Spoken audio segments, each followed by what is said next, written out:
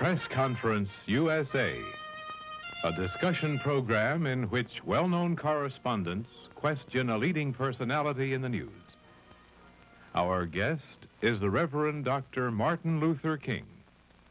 To introduce our guest and the panel of correspondents, here is Robert Lodge, the moderator of Press Conference USA. Welcome to Press Conference USA. Our guest, the Reverend Dr. Martin Luther King, became spokesman and leader of Negroes in the southern United States at the unusually early age of 27. It was during a bus boycott in Montgomery, Alabama, which resulted in integrated buses, Negroes and whites riding side by side. Later, as head of the Southern Christian Leadership Conference, he turned his attention to desegregation of restaurants and other public facilities. And he has played a leading role in getting Negroes registered to vote, an important step in achieving equal rights. Now, at the age of 34, Dr. King, a Baptist minister, married and the father of 4 children, has become a symbol of the struggle to end racial segregation here in the United States.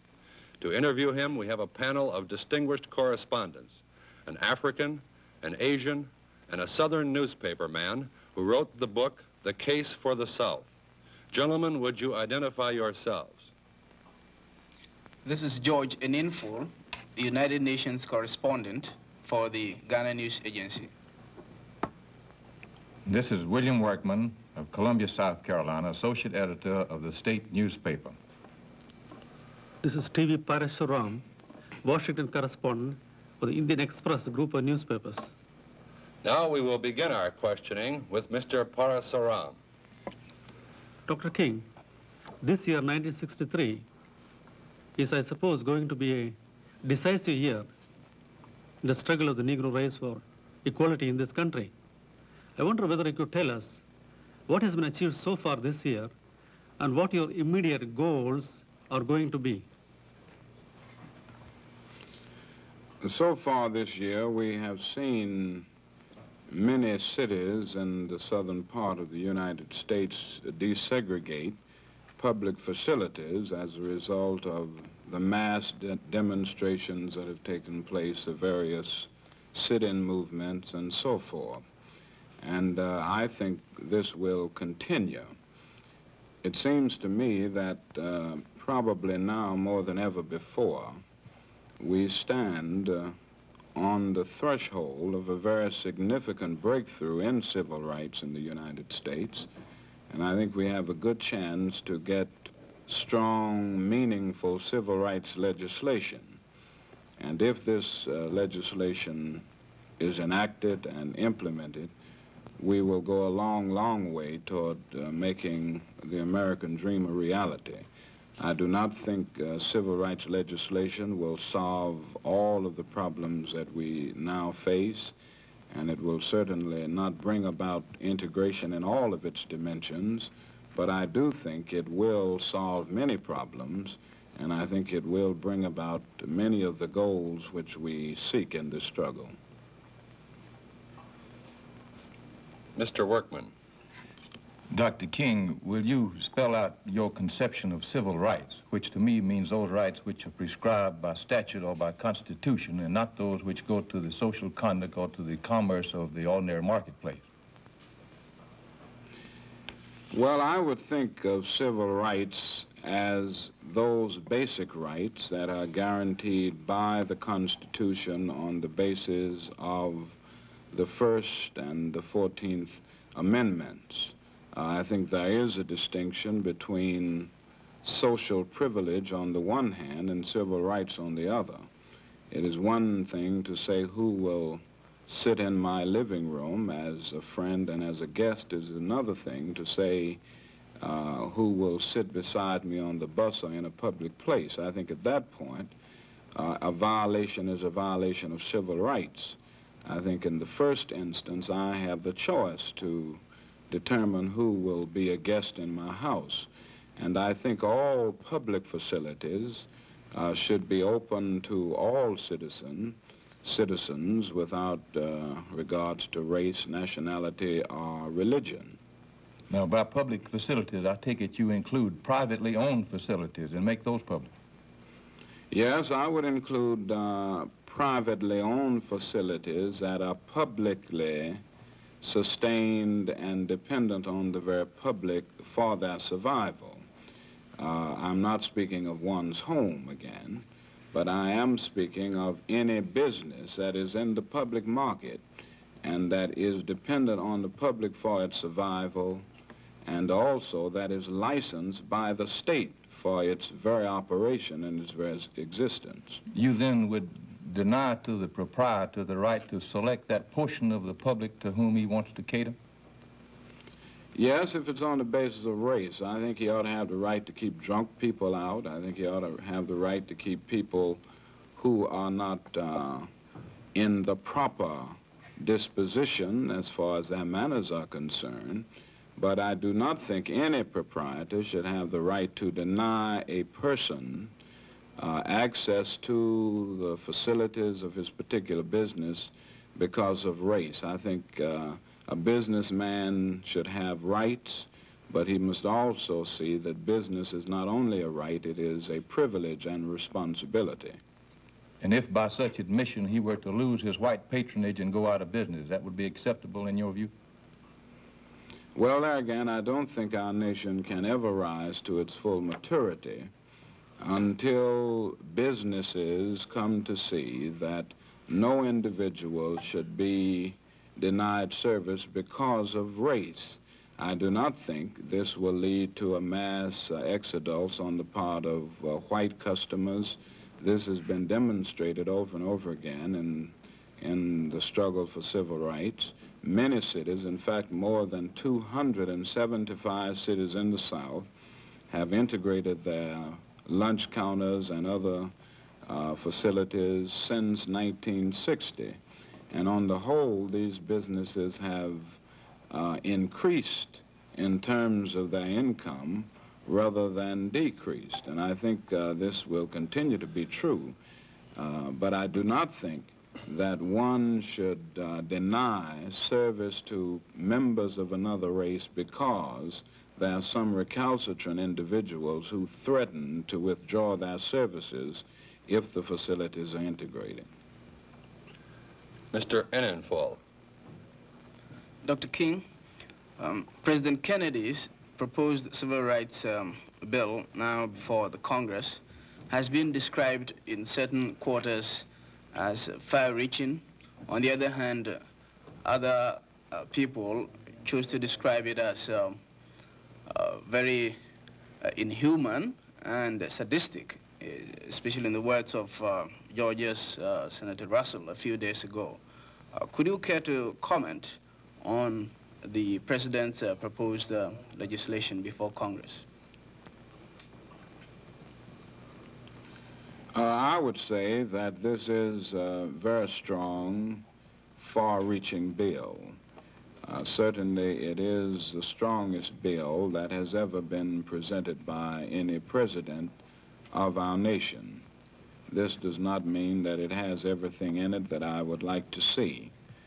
For instance, I had hoped that a federal fair employment practice bill would have been submitted with the president's bill, and some other things, such as giving the Attorney General the right to initiate suits in any area where there is a denial of civil rights, wherein this bill only calls for the Attorney General having the right to initiate suits in the area of school desegregation.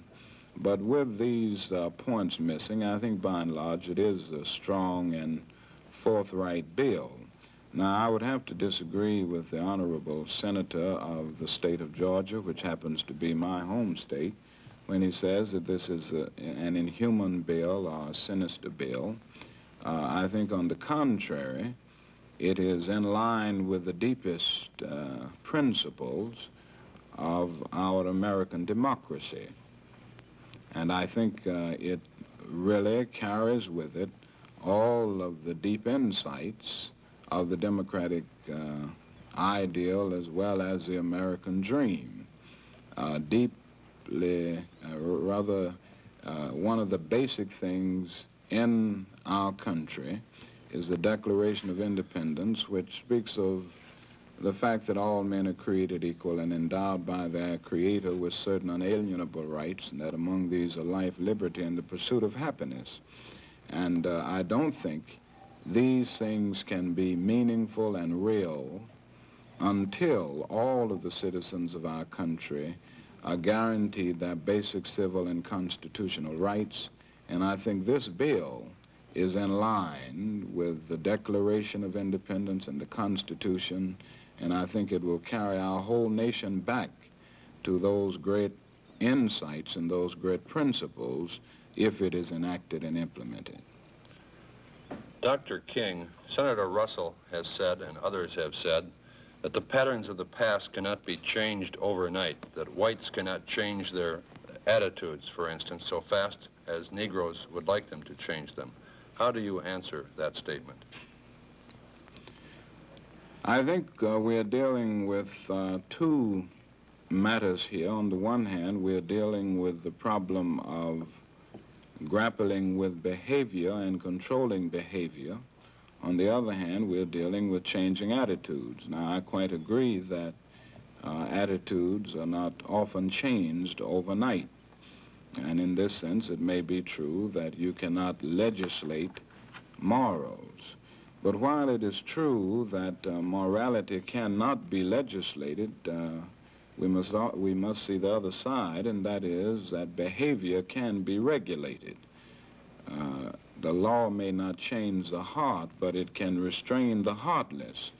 And I think it is an immoral posture to hold the position that individuals, whether they be Negroes or members of other minority groups, should have their basic constitutional and God-given rights held up until some misguided individuals are able to change their attitudes. I think by changing the system itself, we are often able to make it easier for individuals to change their attitudes.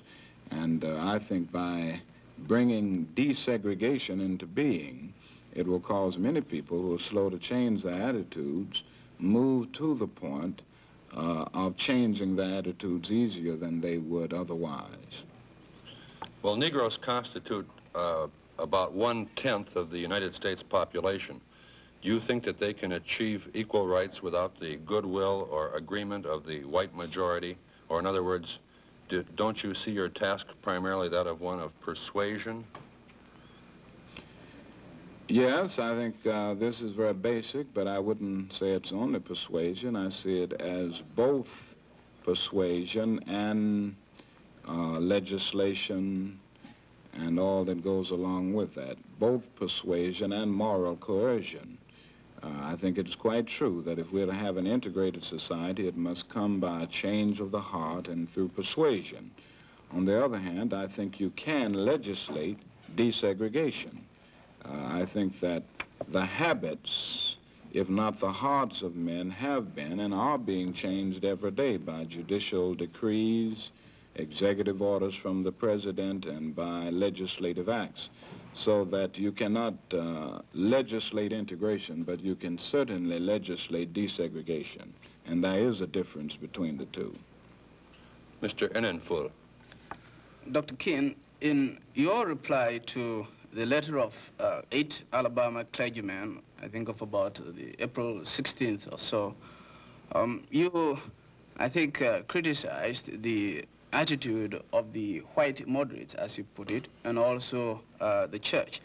And you said that if the church of today did not recapture the sacrificial spirit of the early church, it would lose its authentic ring, forfeit the loyalty of its millions, and be dismissed as irrelevant and a social club with no meaning for the 20th century.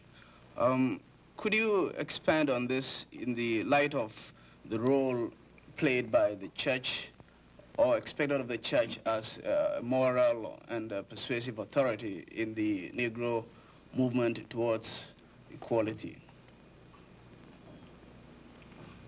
I think I would have to honestly admit that in the past, the church has not stood up in this area as it should stand up.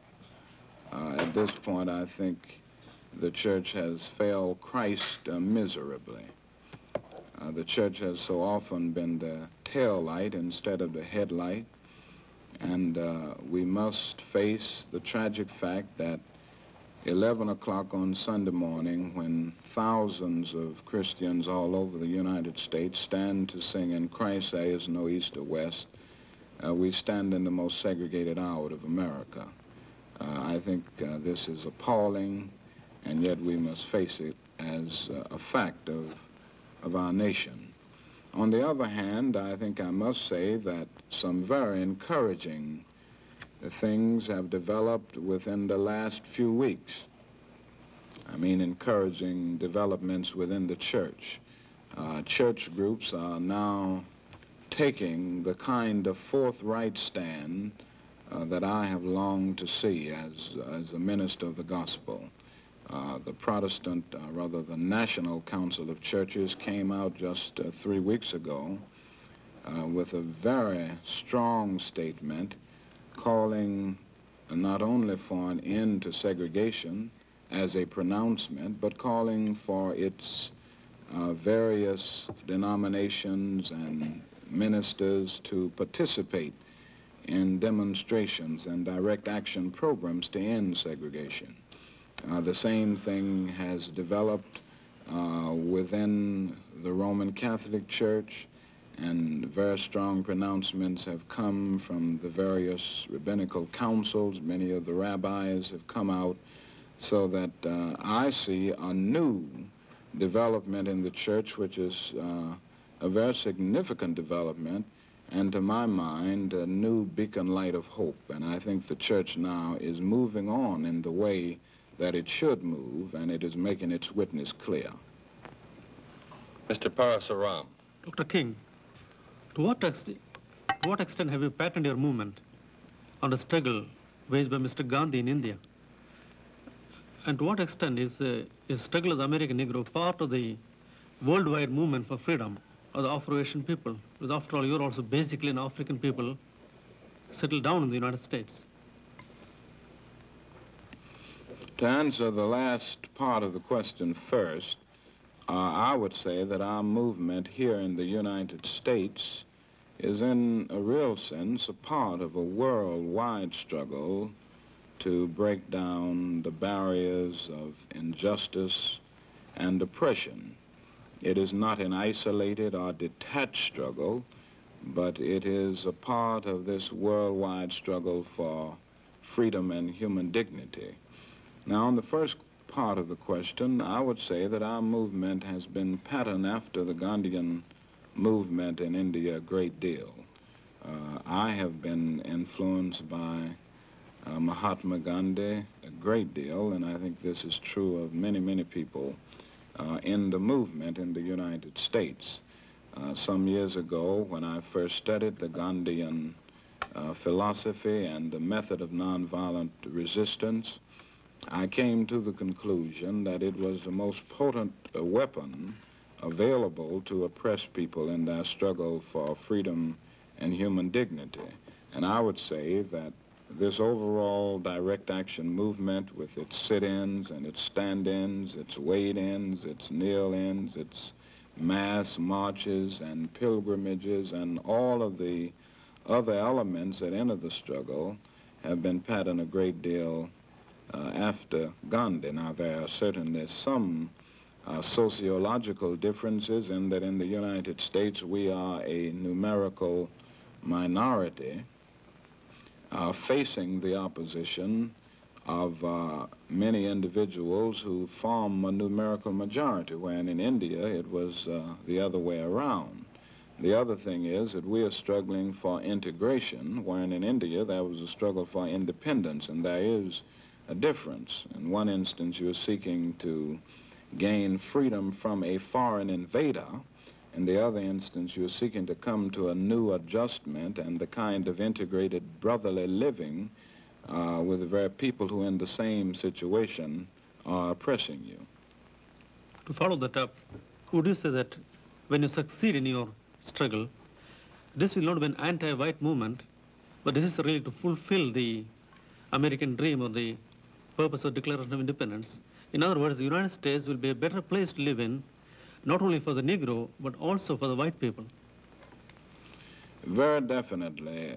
I conceive of this struggle not as a struggle to free 20 million Negroes in the United States, but a struggle to free 180 million citizens of this country. And I don't think anybody in this country can be truly free until the Negro is free. And I certainly don't think the white man is free as long as you have segregation and discrimination, because the festering sore of segregation debilitates a white man as well as a Negro. And this is why I say that our aim in this struggle is not to defeat or to humiliate the white man, but to win his friendship and understanding. And the end is reconciliation and the creation of the beloved community. We are not seeking to annihilate the opponent, but to convert him. And this is why we follow nonviolence. I think the end of violence is to get rid of, to annihilate the opponent. But in the nonviolent movement, the end is to convert the opponent and to bring about a society where all men will live together as brothers and every man will respect the dignity and worth of human personality. Mr. Workman. Do I understand you, Doctor, to mean that you would have then brotherhood by federal force to those people who are not willing to engage in what you consider to be brotherhood? No, I don't mean you would have brotherhood by federal force. I don't think you can really have true brotherhood by federal force.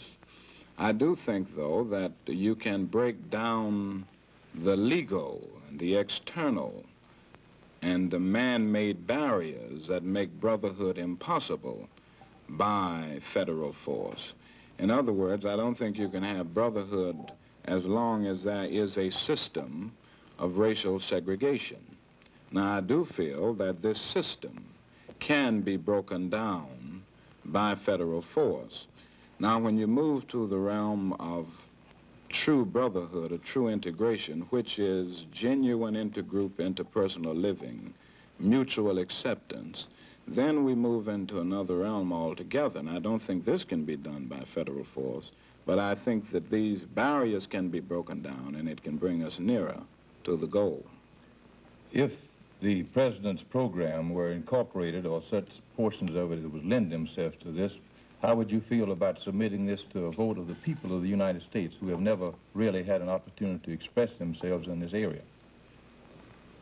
Well, this would certainly be all right with me, because I think the vast majority of people in the United States would vote favorably for such a bill. I think the tragedy is that we have a Congress with a Senate that has a minority of misguided senators who will use the filibuster to keep the majority of people from even voting. They won't let the majority of senators vote.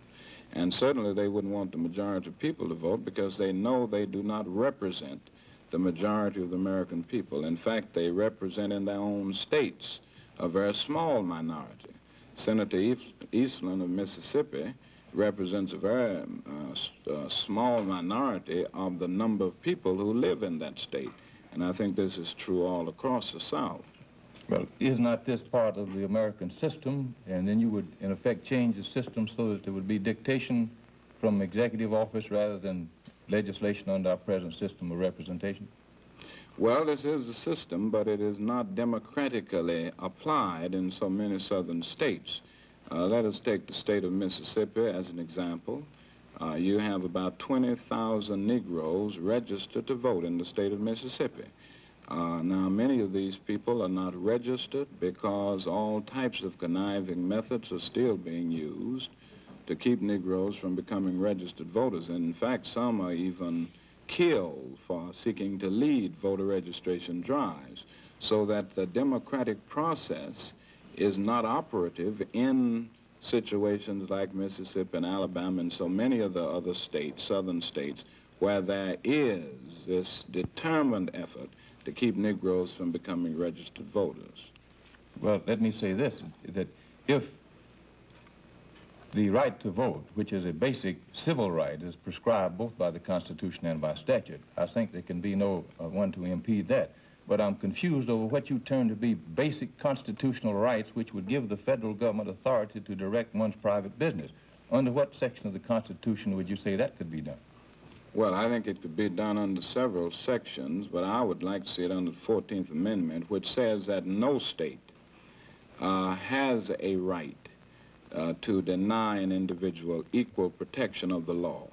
And every state has a responsibility, it has the authority to give these businesses licenses to operate. And the fact that this is done by the state means that these businesses at that moment forfeit the right to deal with individuals any way they please. They must be under the scrutiny and under the direction of federal authority on the basis of the 14th Amendment of the Constitution. Well, an extension of that then would mean that all of us who are licensed to drive automobiles would come within state scrutiny for whatever purpose they wish to do. The state's hand extends everywhere, you see. Oh, yes, it extends everywhere where basic human constitutional rights are involved, and I am absolutely convinced that there's something wrong with a nation that would put property rights over human rights. And I think states should have rights, but no state should have the right to do wrong. And this is why we have a 14th Amendment, to regulate these wrongs that are often committed in the name of states' rights. Mr. Enninful. Dr. King, the impressions that one seemed to have from the initial hearings on the President's proposed civil rights measures seem to be that there will be an uphill fight to get the bill through. Should either there be a filibuster, or for that matter, if when it comes to the vote, the bill is defeated, what sort of action do you propose, to fight for the attainment of equality? And for that matter, do you anticipate working much more closely with the other separate Negro movements? I think there will be, I'm sure, filibuster, and we will definitely protest this. We will lobby in Washington seeking to get congressmen, senators to stand up in a very firm, forthright manner with a determination to see this bill through. We plan to have a march on Washington on the 28th of August, at which time we will take a stand, letting the nation and the world know that we are determined to see civil rights legislation. Beyond this, we will have to wait it out and see what happens. Well, I'm sorry to interrupt, Dr. King, but our time has expired. Thank you for being with us on Press Conference USA. This has been Press Conference USA. Our guest has been the Reverend Dr. Martin Luther King. On the panel were George Enninful, United Nations correspondent for the All-African News Agency of Accra, Ghana, T.V. Parasuram, Washington correspondent for the Indian Express newspapers, and William Workman, associate editor of The State and the Columbia Record in Columbia, South Carolina. The moderator was Robert Lodge.